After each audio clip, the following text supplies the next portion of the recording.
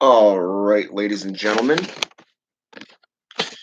it is your favorite dark sorcerer here, Michael Hyson, aka Angelus, son of Abaddon. And today I'm coming at you with a lecture from about Azazel. Now, first of all, what are the two things that we can take away from any given mythology worldwide, no matter what the practice is? Well, the two things is this. Number one, the victors tell the stories. Okay. And number two, the losers scramble to preserve their mythologies, their way of life. Okay. Now, what's interesting to note about Azazel is the mythology. He's got a very rich and colorful history spanning back all the way to Sanskrit. Okay. And a lot of things that have come my way personally, from students to brothers and sisters of the arts and crafts, is this: which pantheon do you follow? You have the hierarchy differences from a Dante's Inferno to that of, say, the Grand Grimoire Red Vernum, that of, say, the Sacred Magic of Abramelin the Mage. Okay, there's a lot of different topics when it comes to that of the gods. Okay. Now, if we go by E.A. Koetting's viewpoints, okay, of how to become a living god, okay, Azazel is known as the ancient darkness, okay, which in a lot of cases is true. However, his mythology and his actual historical accounts speaks otherwise to a lot of different things. Okay. Number one, when we look at, say, for an example, the book of Enoch, Azazel is noted as an angel. Okay. The Bible accounts and views him as the scapegoat. Okay. During the time of Yom Kippur. Okay. Which is a Jewish custom. It's a celebration of what the book of Leviticus describes as the sin offerings. Okay. In Hebrew, during Yom Kippur, this is a rite that means the casting of lots. Okay. In Leviticus 16, verse 10, Aaron, who's the head of the Aaronites, is said to have cast lots utilizing the calf. Okay. The calf is associated with a lord known as the Prince of the Valley of Tears. Okay. Moloch. Okay. Moloch has a couple of different stories, but that's something for a different video. Okay. Now, during this, his name is interpreted as a way of sending away. Okay. Basically, getting rid of, banning, shunning. All right. In Old English, specifically the King James Version, the phrase La Azazel, okay, was translated to mean scapegoat in Leviticus, okay? And that's chapter 16, verses 6 through 10, all right? In rabbinist lore, Azazel was to be later interpreted as meaning rugged, okay? Now, this here was something that I found unique as a story because of the fact that Azaz and El, okay, Azazel meaning Azaz and El meaning God, okay, was referred to as the casting down the cliff or of the mountain, okay, and you'll see where this comes in a little bit. The Greek definition, the philosopher, and I'm probably going to butcher this guy's name, okay? And you'll notice that a lot of the names throughout history have a weird spelling, okay? And the Greek philosopher Sep, Septonint, spelled Septuagint, understood the meaning of Azazel to as being sent away, which is the Greek apodio pompeo dot. Okay, the Vulgate Bible speaks to, namely the King James and Martin Luther, all speak to the Young's literal translation of Aaron casting lots on two different goats. Okay. Now you'll notice a lot of this stuff is really the same story being cast again and again and again. Okay. But this is something that I found very, very, very, very, and I'm going to say this again, very intriguing. The Messagera Cabal system speaks to Zazazel. Okay. Now, through my own research, I found nothing on Zazazel himself. However, it wasn't until I came across a text known as the Peshitta, spelled P Peshitta.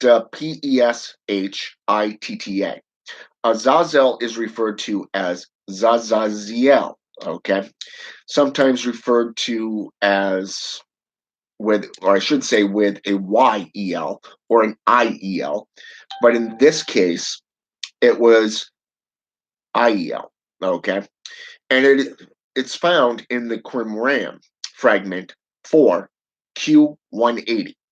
Okay, now for those of you who do not know what the Qumran is, it is a scroll that was found in the Dead Sea Scrolls.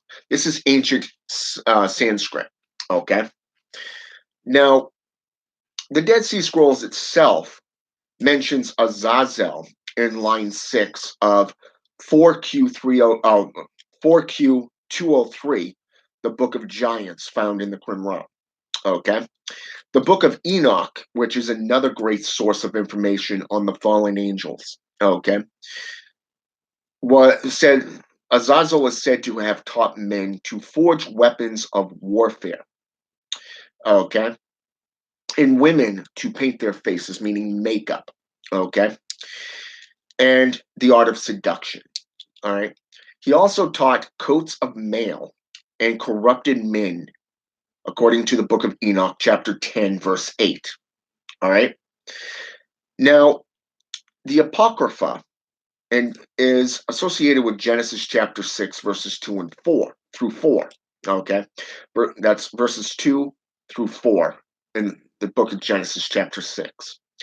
Azaziel, spelled with a Y-E-L at the end, was seen as the chief Grigori.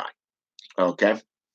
The Greek Titan, Prometheus, is compared to both Enoch 1 and that of Leviticus 16 within the judgments, okay, meaning Dudiel, spelled Dudael.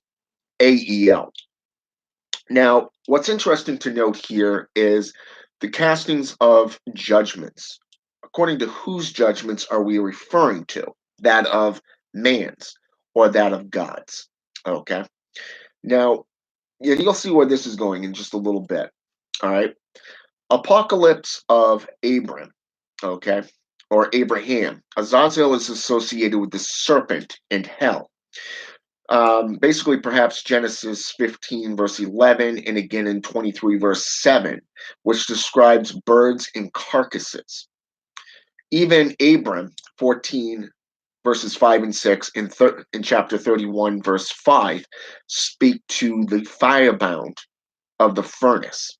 Abraham 20, verse 5, in the King James book of John, verses 12-31, speaks to Satan being the prince of this world, which also backs up 2 Corinthians chapter 4, verse 4. All right.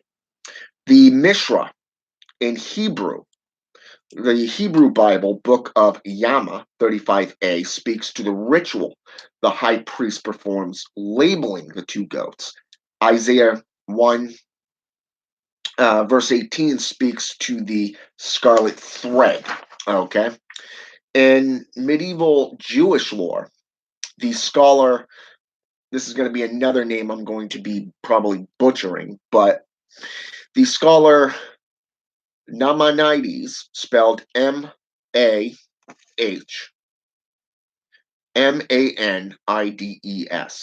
believed Azazel and Samael were the same demon associated with sins and returned to the land of desolation. Okay. The Sinar, the book of Zechariah, chapter 5, verses 6 through 11, Leviticus 14, verse 7, Yama VI 4.66b, Yama VI 6.8, and Ta'ar IV8 all speak to the fear of Azazel. Okay. Now, up until this point, you've seen the same story being cast time and time again. All right. And the two aspects of Azazel that we're seeing here is one, he's a demon. Another, he's an angel. Okay. Now, the story of Azazel is quite simple. He's viewed in angelology as being equal to Jehovah. Okay. This you can see in the casting of lots in Leviticus chapter 16, verse 10. All right. But the story of Azazel, really, in the casting of lots, can be seen quite well in Islamic traditions. But before we get there, I want to go into the Vulgate Bible, which is the 16th century Bible. This Bible was actually originally associated with the Devil's Bible. Okay. Now, what's interesting here is the Quran refers to Azazel as one of three angels who lived upon the earth, Azza and Azaya. Okay, Azzaya were the other two, which is found in the story of Marat and Horat. Okay, that's Marut and Harut. Okay, are the two names. All right. Now, what's interesting to note here is that even in the Islamic traditions, they speak to the jinn or genie, the jinn, okay, depending on which Arabic nation you're living in. Because you got to remember that there's North Africa. Okay, number one, you got African, you have Saudi Arabia, then you have the independent countries such as in the Middle East, such as Israel. You have all these little countries that are associated here. And each section of it has a different translation as to the spelling of the jinn. Gin, the Jinn, the Djinn, and such. Okay. And it's really interesting to note that their magic is also associated with this deity. Okay. And what's interesting to note here is that no matter what, how should I say this? No matter what type of hierarchy you're following, Azazel being a teacher of witchcraft, of sorcery, okay, teaching alchemy, the ability to change metals and rocks and other things into a different compound, like turning um, gold into lead or lead into gold, okay, philosopher's stone type thing of creation and destruction. Now, what's interesting also to note here is that if you go into the grimoire of Armadale, okay, or that, or I should say, what's his name there? Different classifications of grimoires speak differently.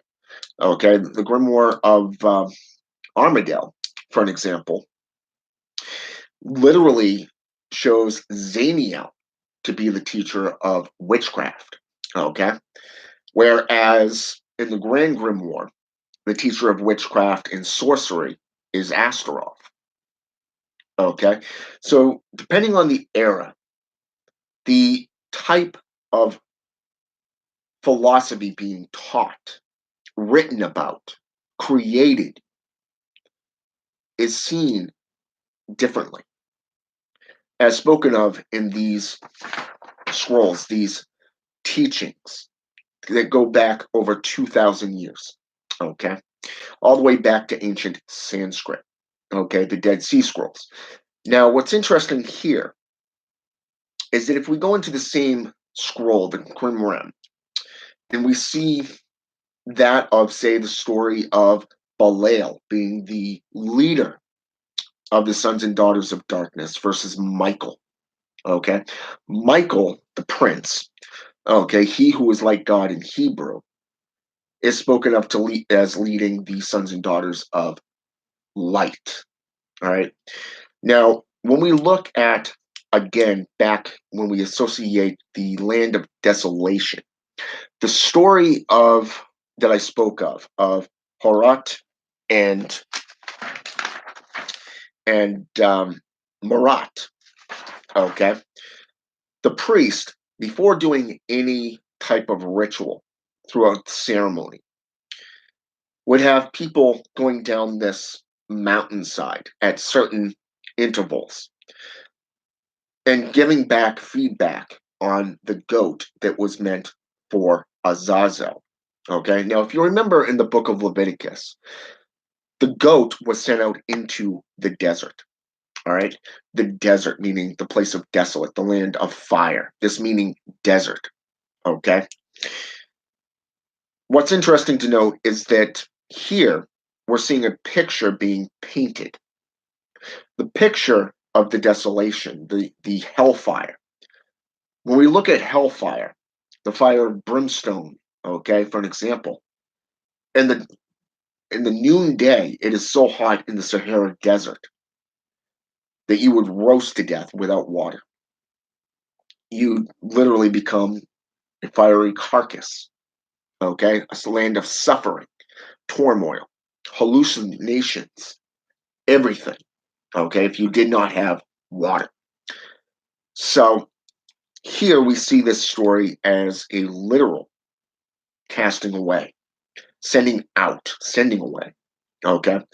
So basically, by about a quarter to halfway down this mountainside, which is so rugged, so rigid, that the legs of the goat would be cut up, basically to the point where the goat falls the rest of the way down. Okay. And the moral of the story is that he falls down and dies and becomes carcass. Now, we all know that the carcass is a way of resembling death, okay? Necromantic type rituals, right? So, how does this associate with the sins of man? Okay, what about the punishment of the God? Okay, now Christians believe that, or I should say, the JCI believe that the the souls that have fallen away would be cast into the pit along with Satan and his demons, his followers. Okay. So in this case, it would be the land of desolation. Okay. But here's the kicker, there are numerous instances throughout history where we see the crime being portrayed, where we're seeing different entities being named. Satan being the chief Gorgori, okay? In Hebrew, spelled Ha Satan. Islam, El Shaitan, okay? The accuser, the tempter of man. Lucifer being the archangel, the one who defied his God, okay? The main God, and being cast away, Isaiah 14:12 being thrown or tossed out of heaven. Okay. Would this not be classified as a goat being cast away, thrown over this rugged terrain? You see my point. Okay. But then you go back even further and you see Beelzebub being known as Lord of the Dung, being worthless. You have Belial being known as the Wicked One. Go back even further. You got the ancient darkness himself, Azazel or Zazazel. Okay? All of these beings have the same characteristics. Even in the Greek pantheon, we see Prometheus. Okay? Even in Islam, the Quran, we see Iblis. Okay? Iblis, the Lord of the Jinn. Okay? Lucifer, Lord of the fallen angels, who he led to their demise or their fall. Azazel, the leader, the chief of demons. Either way, we're seeing the same characteristics. But here's what I found interesting. The three differences between these stories is this. Prometheus stole fire from the gods. His punishment, to be chained to the side of a mountain. A mountain. Again, we're seeing that classification of the mountain. Okay? Chained to the mountain to have his liver repeatedly eaten for all eternity. Okay? We go into the story of Satan, where he was cast out. This is the same thing in how he's associated with Lucifer, the morning star. Okay? Cast out, the Lord of demons, the Lord of the fallen angels and of hell. Okay, he was cast into the bottomless pit. He was bound, chained, foot in hand, according to Revelations. Okay, the book of Revelations, chapter 19 and 20. Okay, 21 even. And then eventually, after all his followers had been sentenced to eternal damnation in the land of desolate, cast into the pit, his fallen angels cast into the pit, and eventually he himself cast into the pit. Okay? Iblis chose to leave heaven on his own free will, to create his own because he chose to deny the God, this elder God, who he wanted him to bow down to a man of clay. And he said, no, I want to be equal. So he left, created his own kingdom. Did not Lucifer do the same thing? Did Satan not do the same thing? Even though there is no classification, no proverb, no scripture that says that Satan was the enemy of God. There's no scripture that says that he was cast out of heaven. The only name to be cast out, according to the JCI Bible, was that of Lucifer. Azazel is associated with all the sins and wickedness of mankind. So you see my point here. And I noticed that on the let me scroll up here. Oh, I want to do that.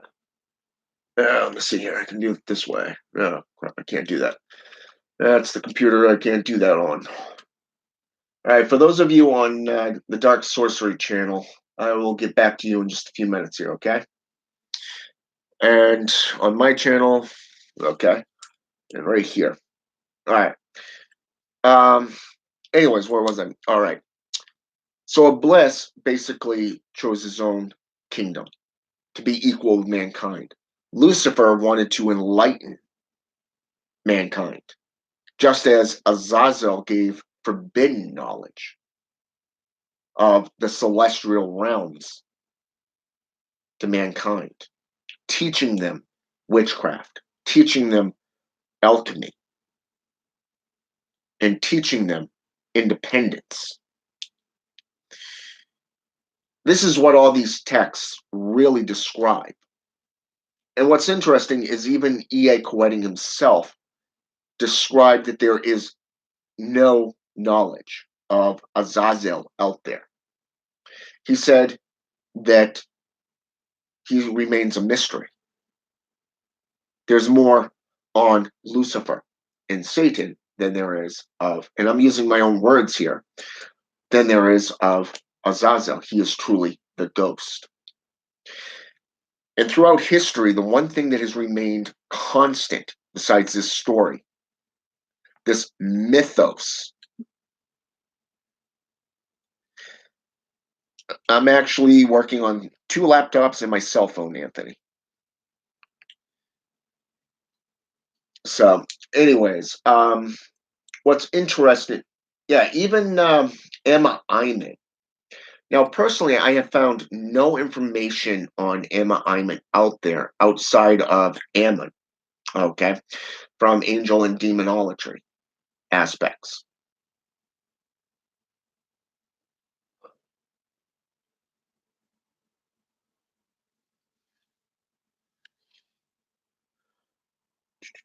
Have a good night, Jennifer.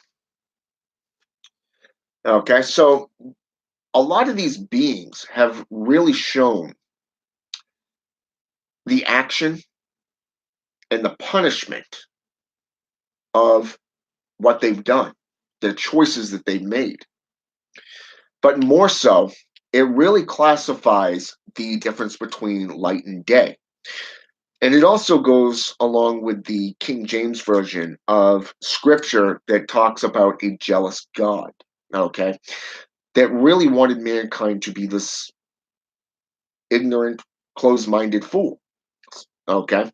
But it wasn't until Azazel gave this forbidden knowledge that we are enlightened because we chose to eat thereof of the tree of knowledge of good and evil, which is another story found in numerous different texts. But this is just on Azazel himself. Okay. So, with that said, I hope this has been intellectual. I hope it's been enlightening upon Azazel and his mythos, his historical accounts, and the way different cultures see him. Not only that, but most importantly, the different languages that his name is spoken in, how his name is literally spelled, either Azazel, Zazazel, or Azaziel, okay, spelled with either an I or an E, or a Y, I should say, okay? There's a lot of different topics out there that speak to him. So the fact that E.A. Coetting himself said that there's no knowledge of him, there's not much out there of him, that he was a ghost, well, that's just a bold-faced lie right there. Because of what I just read to you, that clearly proves that Azazel has been spoken of in numerous texts. And I'm pretty sure that there's a lot more out there that speak to him in one form or manner. All right. And you're welcome, Kobe. So, with that said, if you have any questions, hit me up on YouTube. You can either post here or on my channel, perhaps even message me on Facebook. Okay. Either one works. I will always make myself available to you, and I will share my texts, my information with you if need be. All right. With that said, have a good night. And until next time, have a good night.